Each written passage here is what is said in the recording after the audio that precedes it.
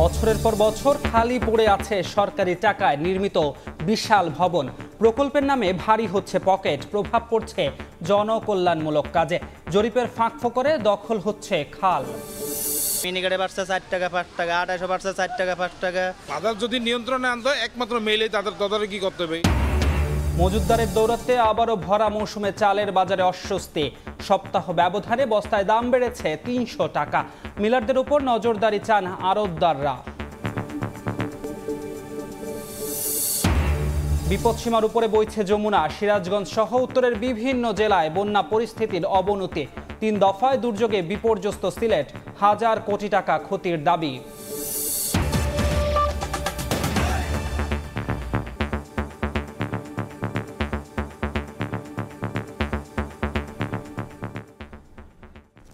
সকালের সময় সঙ্গে আছি আমি ধ্রুব ব্যানার্জি।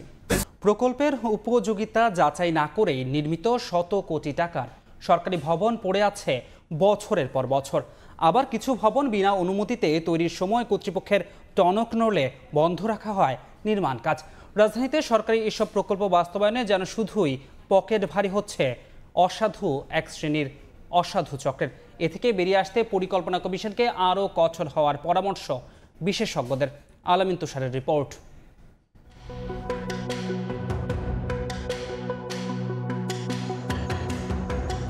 163 কোটি টাকা ব্যয়ে নির্মিত ঢাকা জেলা পরিষদের 20 তলা এই ভবন খালি পড়ে আছে 7 বছরের বেশি সময় ধরে। এমনকি অনিয়ম ঢাকতে গায়েব করে ফেলা হয়েছে সকল নথি। জেলা প্রশাসকের কাছে একাধিকবার ধর্ণা দিয়েও মেলেনি কথা বলার সুযোগ। মিরপুর 6-এ নির্মিত এসব বহুতল ভবনের নির্মাণ কাজ শেষ হবার 3.5 বছর পেরিয়ে গেলেও এখনো খালি 250টিরও বেশি ফ্ল্যাট। এইসব অপচয়ের কারণে তো আমরা দুর্বিষহ জীবনযাপন করছি। 18,000 টাকা বেতনের ভিতরে আমার 8,000 টাকা রুম ভাড়ায় দেওয়া লাগে। সরকার মনে করেন যে বিভিন্ন ধরনের বিল্ডিং করে ফালায় দিয়ে দিস। এই টাকা যদি অপচয় যদি না হইতো তাহলে আমরা সাধারণ জনগণ 4টা ডাল ভাত খেয়ে বাঁচতে পারতাম। আলোচিত ঠিকাদার কোম্পানি জিকে বিল্ডার্স নির্মিত 8 নম্বর ভবনটি পুরোটাই খালি, কারণ খুঁজতে গেলে অনুমতি মেলেনি ভেতরে প্রবেশের।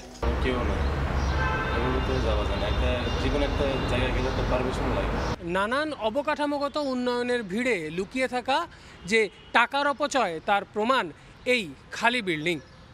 প্রায় 3 থেকে 4 বছর ধরে এভাবেই পড়ে আছে সরকারি কর্মকর্তা কর্মচারীদের আবাসনের জন্য তৈরি করা এই ভবনটি। 2022 সালে উদ্বোধনের পর কথা থাকলেও বিজ্ঞান ও প্রযুক্তি মন্ত্রণালয়ে এখনও পুরোপুরি স্থানান্তর হয়নি এখানে। যদিও কর্তৃপক্ষের দাবি বেশ কিছু প্রতিষ্ঠানকে ভাড়া দেয়া হয়েছে, তবে বাইরে থেকে সাইনবোর্ড দেখা যায় মাত্র 2টি। চেষ্টা করেও এখানেও মেলেনি ভেতরে গিয়ে সত্যতা যাচাই করার অনুমতি।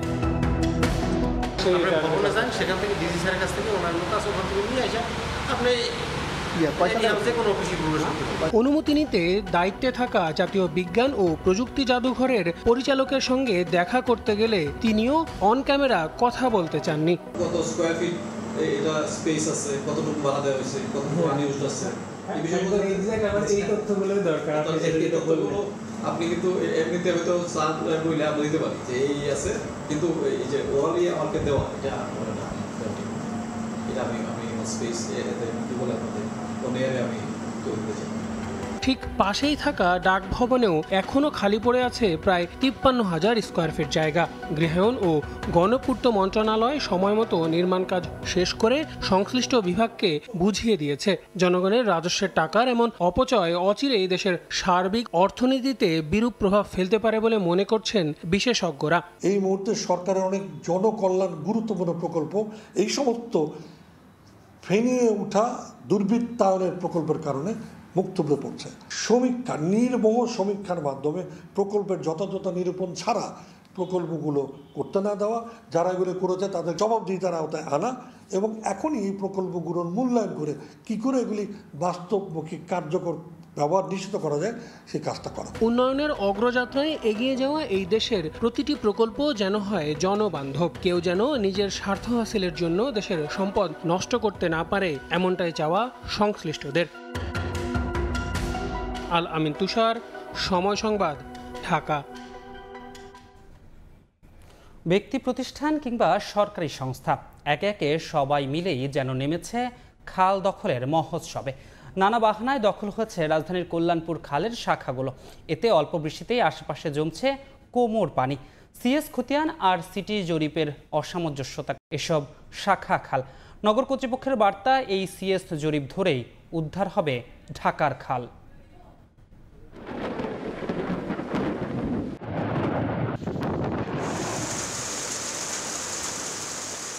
মেঘ দেখলেই যেন ভয় এসে চেপে বসে মিরপুরে, বিশেষ করে শেওড়াপাড়া, কাজীপাড়া, পীরের বাগ, পাইকপাড়া এসব এলাকায় একটু বৃষ্টি মানেই আতঙ্ক। মূলত কল্যাণপুর খালের শাখা উমচা দখল দূষণের মাসুল দিচ্ছেন তারা। 60 ফিট সড়কের ভাঙা ব্রিজ দিয়ে একটু সামনে গেলেই চোখে পড়ে একটি 10 তলা ভবন। পাখির চোখে তাকালে তা একেবারে খালের ওপর। আশপাশের আরও কয়েকটি ভবন নিয়ে সন্দেহ হওয়ায় ভবনের কাছে সময় সংবাদ। হাত পেপে ধরলে হয়তো বা 2 হাত জায়গাও হবে না, যেটি আসলে এখন দৃশ্যমান ছেড়ে দেওয়া হয়েছে। কিন্তু এই ভবনের কর্তৃপক্ষ যারা রয়েছেন তারা বলছেন তারা 7 ফিট জায়গা খালের পরে ছেড়ে দিয়ে তারপরে তাদের ভবনটি বানিয়েছেন। কিন্তু এই পাশে যদি এসে দাঁড়ায় তাহলে বোঝা যাবে যে সবশেষ যে জরিপের পিলার, সেই পিলারটি এখানে। যদিও সিটি কর্পোরেশনের এই পিলার নিয়েই প্রশ্ন তুলেছেন অভিযুক্তরা। নিঃসন্দেহে এটা ভায়োলেশন, আমার কাছে দেখেই স্পষ্ট দেখেই মনে হচ্ছে যে এটা ভায়োলেশন। আগে ছিল ওয়াসার, হ্যাঁ, আর এটা দিচ্ছে মূলত আপনার সিটি কর্পোরেশনই। তারপরে এখানে যে পরে এনওসি নিয়ে আসছি, যে ওয়াসার দিছে তাকে বাড়ি করার অনুমতি খাল পাড়ে, কিন্তু খালে তো বলতে দিতে দেয় নাই। কিন্তু রাজুককে ফাঁকি দিয়া তারা ধরেন 1টা কলাম 2টা কলাম বাড়াই নিয়ে এসে বলছে খালের জায়গার মধ্যে। একটু সামনে গেলেই এক নির্মাণাধীন ভবনের এক পাশ যেন গলা চিপে ধরেছে এই খালের। তাদের দাবি 3 দশক আগের সীমানা আর রাজুকের অনুমোদিত নকশাই হচ্ছে বাড়ি। এখানে আমাদের সেই ধরনের লোকজন আছে যারা আমাদের সেই ধরনের কোনো কারো প্রশ্নে ওঠে না। যতদূর চোখ যায় নানা কৌশলে দখলের প্রমাণ মিলে ছোট্ট এই খালে। কেউ আবার ভবনের ঝুঁকি দেখিয়ে আদালত থেকে নিয়ে রেখেছেন খাল খনন থেকে বিরত থাকার সমন। এই প্রান্তে এসে খালটা যেন ঠিক ড্রেনে রূপান্তরিত হয়েছে। ইচ্ছে করলে যখন পানি কম থাকে তখন লাফ দিয়ে এপার থেকে ওপার পার হওয়া যায়। এর মূল কারণ এই দুপাশে 2টি রিকশার গ্যারেজ। এক প্রভাবশালী ব্যক্তির সেই গ্যারেজটি হওয়ার কারণে তিনি সেখানে রিকশা প্রবেশের জন্য খাল ভরাট করে তৈরি করেছেন দুপাশে 2 লেনের 2টি সড়ক। চোখের সামনে এমন অবস্থা দেখেও দখলদারদের নাম নিতেও যেন ভয়। জানা গেল স্থানীয় কাউন্সিলরের পারিবারিক জমি এই এলাকা। তখন আর বুঝতে বাকি থাকে না কিছু। এটা কেউ কিছু কয় না, না এটা কেউ কিছু বলে না, কই বকে আমরা তো কমু না। তবে দখলের দায় নিতে নারাজ এই জনপ্রতিনিধি। পিলার আছে 30 ফিট, এটার ভিতরে কিন্তু আমার কোনো স্থাপনা নাই, আমার কোনো বাড়িও নাই, আমার কোনো ইয়ে নাই, সবই আছে 30 ফিটের বাহিরে। কল্যাণপুর খালের এই অংশের দখল দূষণ নিয়ে যত কথা, যত অভিযোগ সব যেন চাপা পড়ে যায় এই আনন্দবাজার কালভার্টের নিচে। কারণ এরপর থেকে এই খাল আর খাল নেই। খোদ সরকারি উদ্যোগেই কিন্তু সুয়ারেজ ড্রেনেজ তৈরি করা হয়েছে এবং যার ফলে এই খালের অস্তিত্ব পুরোপুরি বিলীন হয়েছে। তাই এই জলাবদ্ধতার কার কাছে গেলে সমাধান মিলবে, সেই প্রশ্নের উত্তরটা কিন্তু আর মেলানোই যাচ্ছে না। যতটুকু আছে সেটি রক্ষা হবে কিভাবে? নগর কর্তৃপক্ষ বলছেন সিএস খতিয়ান ধরেই চলছে সীমানা নির্ধারণ, উদ্ধার হবে সেভাবেই। এদিকে 90 দশকের সিটি জরিপ নিয়ে যারা জমি কিনেছেন সেক্ষেত্রে তাদের পড়তে হবে মহাবিপদে। তবে রাজুক বলছে যে জরিপেই হোক খাল ভরাট করে বাড়ি নির্মাণের অনুমতি দেয়নি রাজুক। সবসময় রাজুক জন্য নকশা অনুমোদন দেয়, খাল থেকে 5 ফিট দূরত্বে সেফটি ডিস্টেন্স মেনটেন করে নকশা অনুমোদন দিয়ে থাকে। এর বাইরে কোনোটাই নকশা অনুমোদন হয়নি। সিএস দাগ দেখেই আমাকে খালের সীমানা করতে হবে। আজকে আমি যদি মহানগর জরিপ দিয়ে করি তাহলে ঢাকা শহরে কিন্তু বাঁচানো সম্ভব না জলাবদ্ধতা থেকে। সময় যতই যাচ্ছে ততই যেন দখলদার গ্রাস করে নিচ্ছে এসব জলাধার। তাই একটি কঠিন সিদ্ধান্ত নিয়ে তার দ্রুত বাস্তবায়ন নিশ্চিতের তাগিদ বিশেষজ্ঞদের। আমাকে তো পাপের শাস্তিটা সেই পরিমাণ দিতে হবে যেন প্রজন্ম থেকে প্রজন্ম সবাই জানে খাল দখল করলে এত বড় পেনাল্টি দিতে হবে, কেউ যেন খাল দখল কথা ভুলেও না ভাবে। নগরবিদরা বলছেন সিএস জরিপের পর সিটি জরিপ নিয়ে যে বিতর্ক হয়েছে তার দায় এড়াতে পারবে না রাষ্ট্র। এছাড়া উন্নয়নের নামে একের পর এক কালভার্ট আর খাল বদলে স্ট্রং ড্রেনেজের রূপ দেওয়ার দায় এড়াতে পারে না সরকার। রাশেদ লিমন, সময় সংবাদ, ঢাকা। ভরা মৌসুমেও স্বস্তি নেই চালের বাজারে। পর্যাপ্ত সরবরাহ থাকার পরও 7 দিনের ব্যবধানে সব ধরনের চালের দাম বস্তা প্রতি বেড়েছে অন্তত 100 থেকে 300 টাকা। বৈধ অবৈধ গুদামে মজুদ বাড়িয়ে বাজারে কমানো হয়েছে সরবরাহ। এর প্রভাবে এরই মধ্যে বাজারে চড়তে শুরু করেছে বলে দাবি বিক্রেতাদের। যদিও এমন পরিস্থিতি নিয়ন্ত্রণে কর্পোরেট কোম্পানি ও মিলারদের চাল কেনাবেচা আর মজুতের হিসাব রাখার দাবি আড়তদারদের। সাধারণত নতুন ধান ওঠার আগ মুহূর্তে চালের দর কিছুটা বাড়তি থাকে, কিন্তু মাসখানেক হলো বোরো ধানের আবাদ হয়েছে। বাম্পার ফলন হলেও ফের নানা ফন্দিতে চালের বাজার অস্থির করে তুলতে তৎপর সংঘবদ্ধ চক্র। এরই মধ্যে নানা খোরা যুক্তির কারণে পাইকারি বাজারে সব ধরনের চালের দাম বেড়েছে কেজি প্রতি 2 থেকে 6 টাকা। এমন পরিস্থিতিতে অসহায় যেন ভোক্তারা। ক্রেতাদের দাবি এ যেন মরার উপর খাড়ার ঘা, যা দেখার কেউ নেই। খেতে তো হয় মাছার জন্য, গুণগত মান নিচের দিকে আসতেছে আস্তে আস্তে।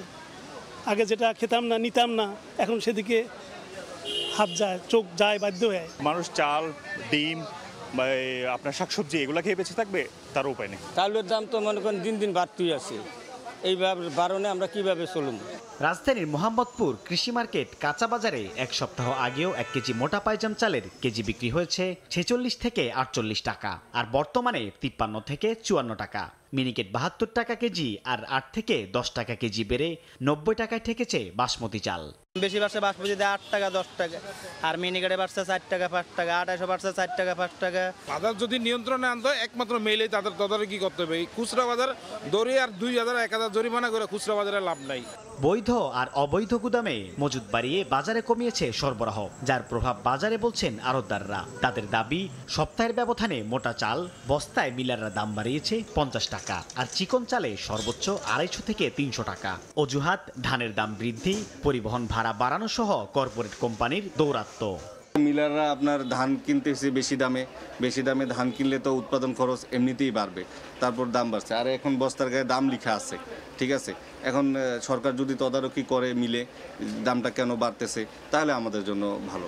এমন ভরা মৌসুমে চালের উচ্চ মূল্য মেনে নিতে পারছেন না ভোক্তারা। তাদের দাবি তদারকি করা হোক মিল পর্যায়ে, তা না হলে আসছে বর্ষা মৌসুমে দাম আরও বৃদ্ধির শঙ্কায় তারা। সাইফুল ইসলাম, সময় সংবাদ, ঢাকা। রাজগঞ্জে যমুনা নদীর পানি বিপদসীমার 61 সেন্টিমিটার উপর দিয়ে প্রবাহিত হচ্ছে। এছাড়া গাইবান্ধার ফুলছড়ি পয়েন্টে ব্রহ্মপুত্র নদের পানি বিপদসীমার 77 সেন্টিমিটার উপরে বইছে। এতে প্লাবিত হচ্ছে নিম্নাঞ্চল। বন্যা পরিস্থিতির সবশেষ খবর জানাতে সিরাজগঞ্জ সদরের সয়দাবাদ এলাকায় আছেন সহকর্মী রিঙ্কু কুন্ডু এবং গাইবান্ধার ফুলছড়িতে আছেন রিপোর্টার বিপ্লব ইসলাম। সরাসরি প্রথমেই যাচ্ছি রিঙ্কুর কাছে। সিরাজগঞ্জের সার্বিক বন্যা পরিস্থিতির আরো অবনতি হয়েছে। আমি এখন দাঁড়িয়ে আছি সিরাজগঞ্জের সদর উপজেলার সয়দাবাদ ইউনিয়নের পূর্ব মোহনপুর এলাকায়। আমি যে সড়কটিতে দাঁড়িয়ে আছি এটি কিন্তু একটি পাকা সড়ক। এই পাকা সড়কটির পুরোটাই কিন্তু আসলে তলিয়ে গেছে এবং এই সড়কের উপর এখন কিন্তু মানুষ নৌকা এবং বিভিন্ন ভাবে কিন্তু তারা পারাপার হচ্ছে। অনেক দুর্ভোগে রয়েছেন এই এলাকার মানুষ। পুরো এলাকাটি আসলে পানিতে নিমজ্জিত হয়ে গেছে।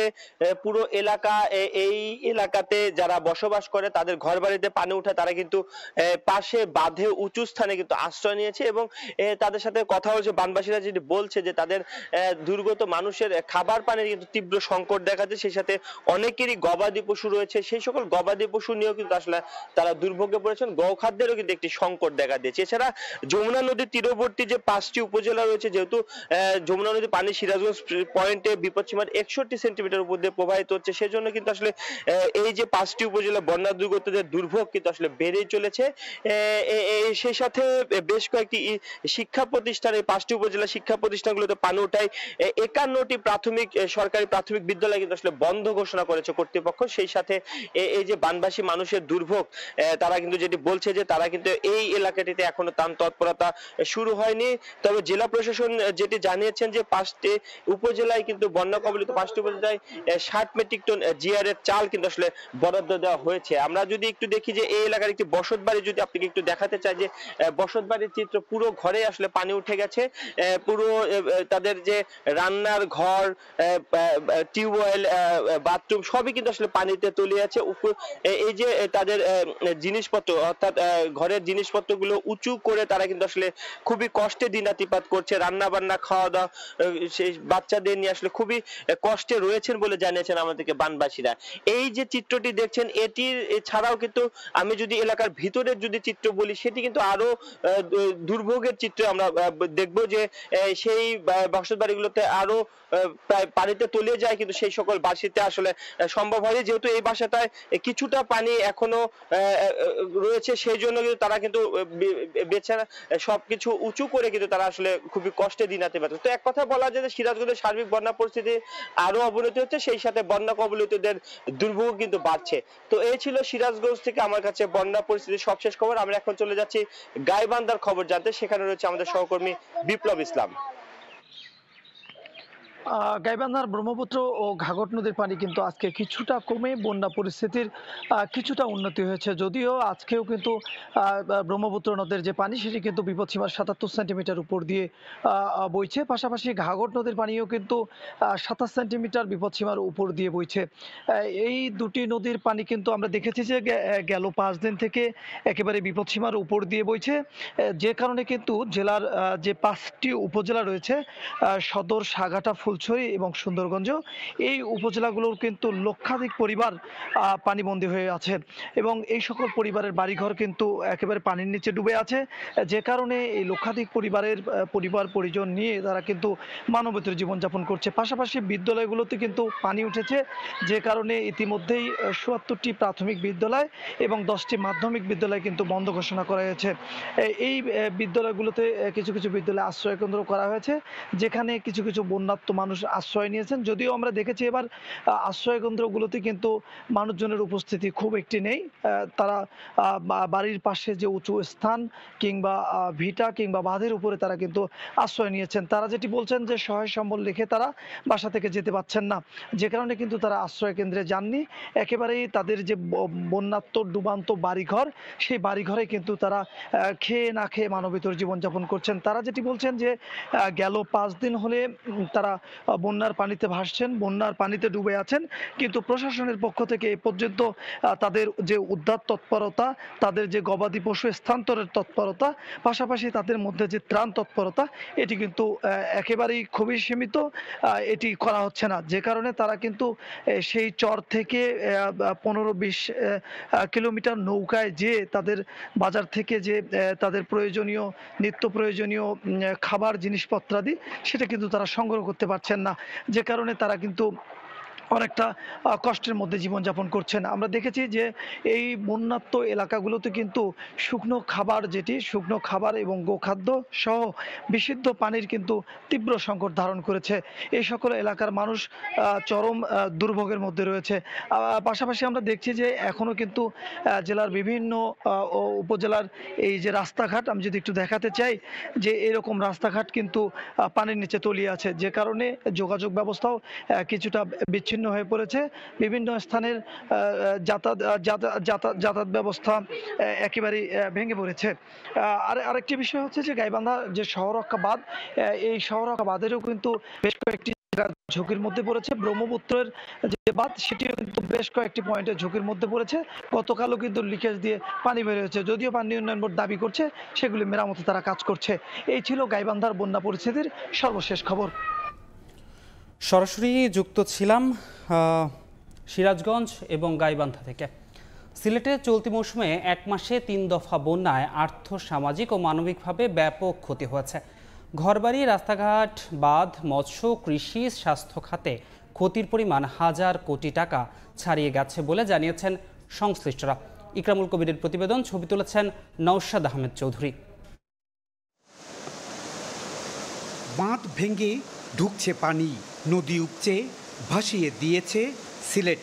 29 মে থেকে 30 জুন পর্যন্ত 3 দফা তীব্র পাহাড়ি ঢল এবং অতি ভারী বৃষ্টিতে সিলেটের 13 উপজেলা ও নগরীর অধিকাংশ এলাকা তলিয়ে যায়। করে দরজায় পানি, খুব বেশি পানি, পানি ঘর ছাড়িয়া আমরা অন্য জায়গায় আছি। 5টা দিন ধরে একটু ঘরের মধ্যে বসা, নৌকা নাই। কত পানি 91 তো হয় নাই। লক্ষ লক্ষ টাকার মাছ হাওরে চলে গেছে। 3 দফা বন্যায় কৃষির ক্ষতি হয়েছে 500 কোটি টাকার মতো, মৎস্য ক্ষতির পরিমাণ 100 কোটি টাকার মতো। বন্যায় নগর, আন্ত উপজেলা ও গ্রামীণ সড়কের ব্যাপক ক্ষতি হয়েছে।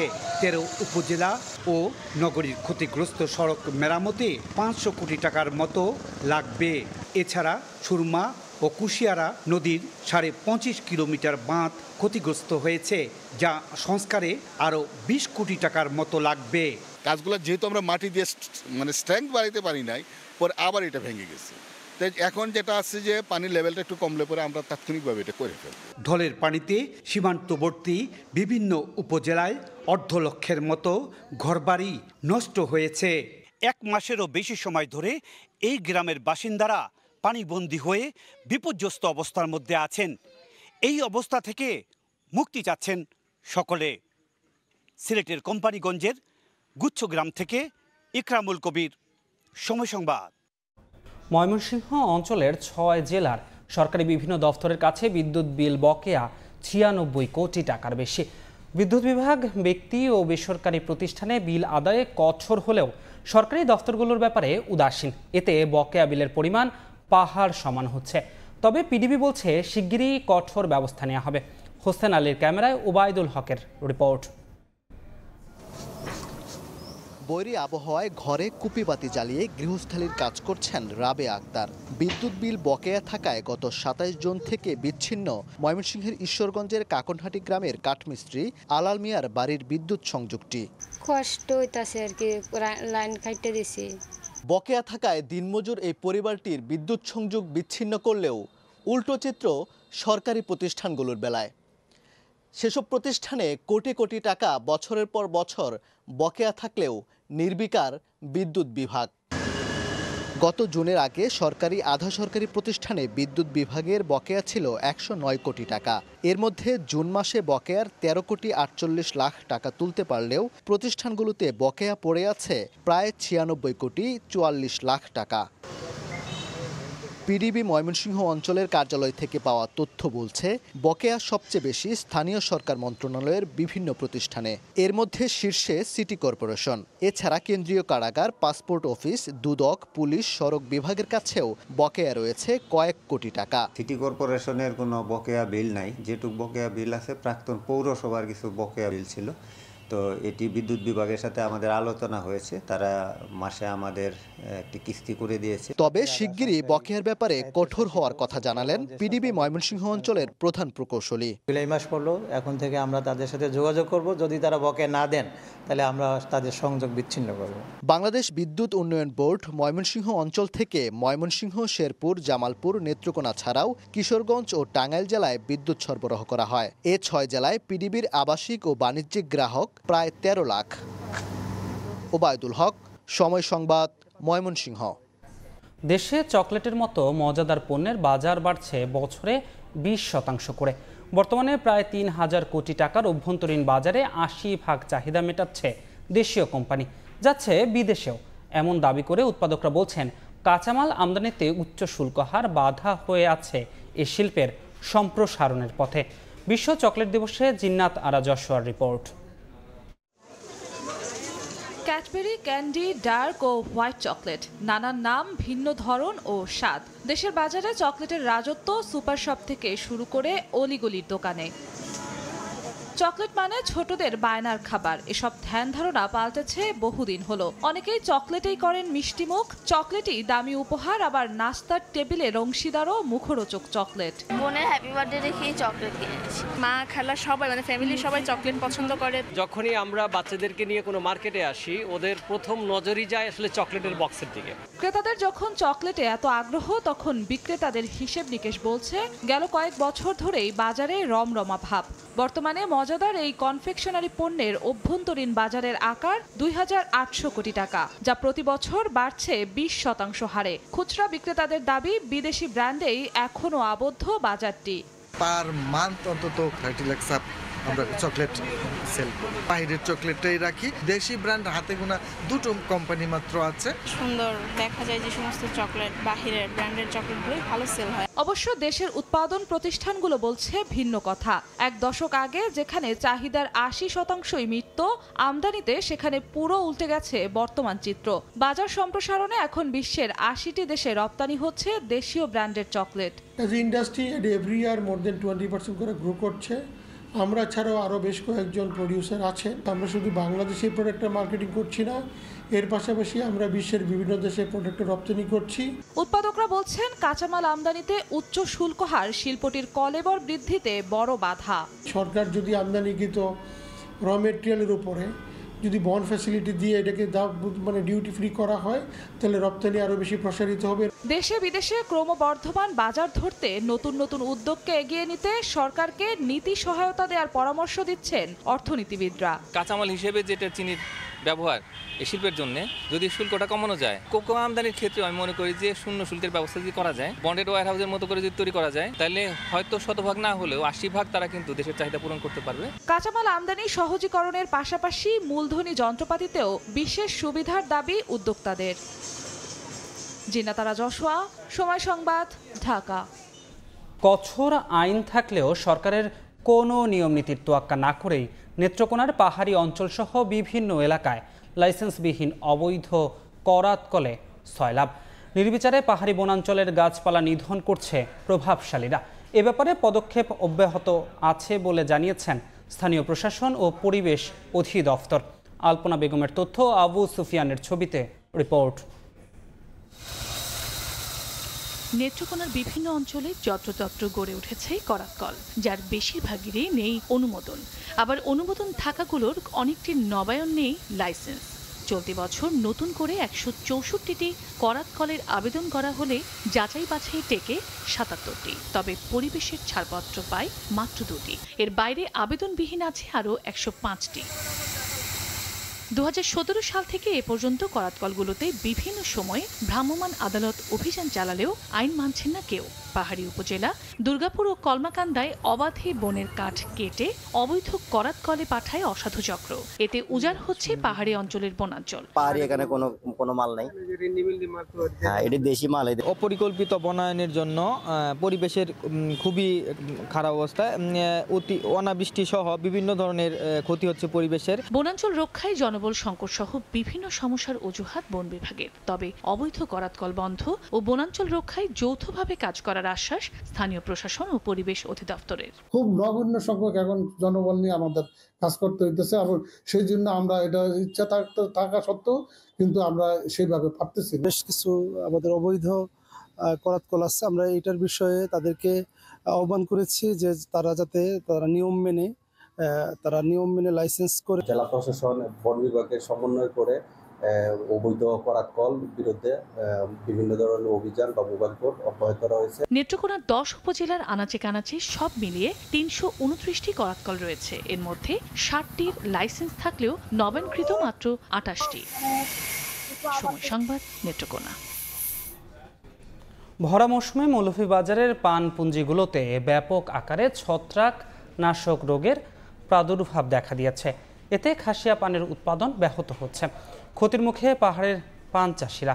শাহ অলিদুর রহমানের পাঠানো তথ্য ও মোহাম্মদ ইয়ারুব আহমেদের ছবিতে রিপোর্ট। খরা, অধিক তাপদাহের পর একাধিক কালবৈশাখী ঝড় ও দফায় দফায় শিলাবৃষ্টির কবলে মৌলভীবাজারের খাসিয়া পানপুঞ্জি, এতে পানজুমগুলো ব্যাপক ক্ষতিগ্রস্ত হয়। শিলার আঘাতে বড়লেখা, কোলাউড়া, জুড়ি, কমলগঞ্জ ও শ্রীমঙ্গল উপজেলার সবকটি পানজুমে লতা ভেঙে পান ঝরে পড়েছে। পান পাতা ছিদ্র হয়ে নষ্ট হয়ে যাচ্ছে। ছড়িয়ে পড়ছে ছত্রাকনাশক নানা সংক্রামক ব্যাধি। এতে পান উৎপাদন কমে যাওয়ায় আর্থিকভাবে ক্ষতির মুখে খাসিয়ারা। শিলাবৃষ্টিতে পাথর দিছে, সেই পাথরে অনেক পান নষ্ট করছে। এই পাতা ছিঁড়াতে পাতার রোগ আই গেছে, পাতা রোগাইয়া হুকায়া পড়ে যায়। রোগ দেখা দিয়েছে পানের মাধ্যমে, এবং এতে আমাদের অনেক ক্ষতি হয়েছে। যে পানগুলো বড় হওয়ার কথা, সেই পানগুলো ছোটই থেকে গেছে।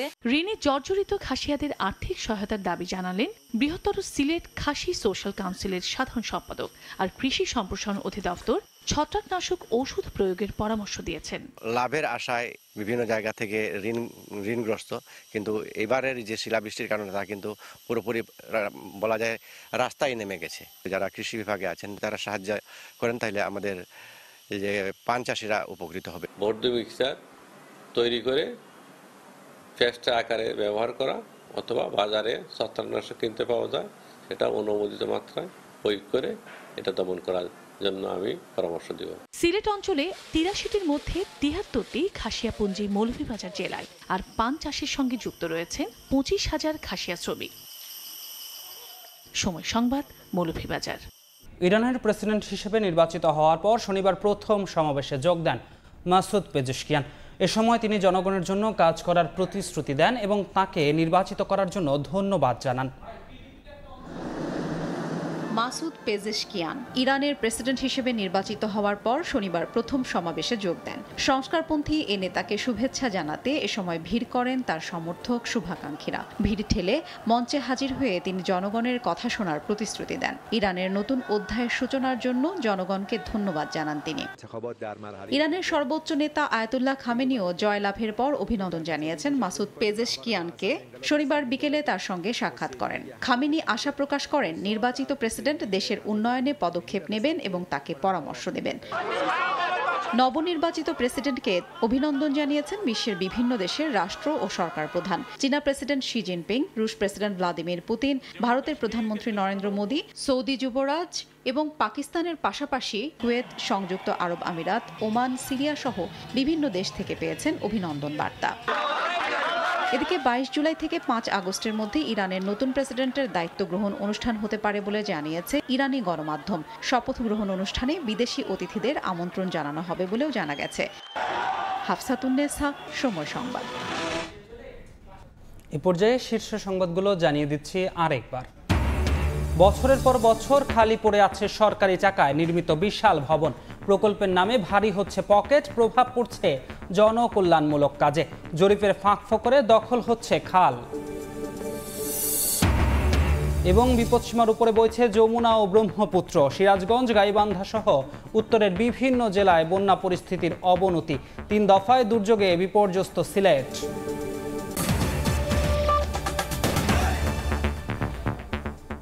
এই ছিল সকালের সময়। আন্তর্জাতিক সময় নিয়ে সঙ্গে থাকবেন ছোঁয়া খন্দকার। ধন্যবাদ ধ্রুব। আন্তর্জাতিক সময় নিয়ে ফিরছি কিছুক্ষণ পর, সঙ্গেই থাকুন সময়ের।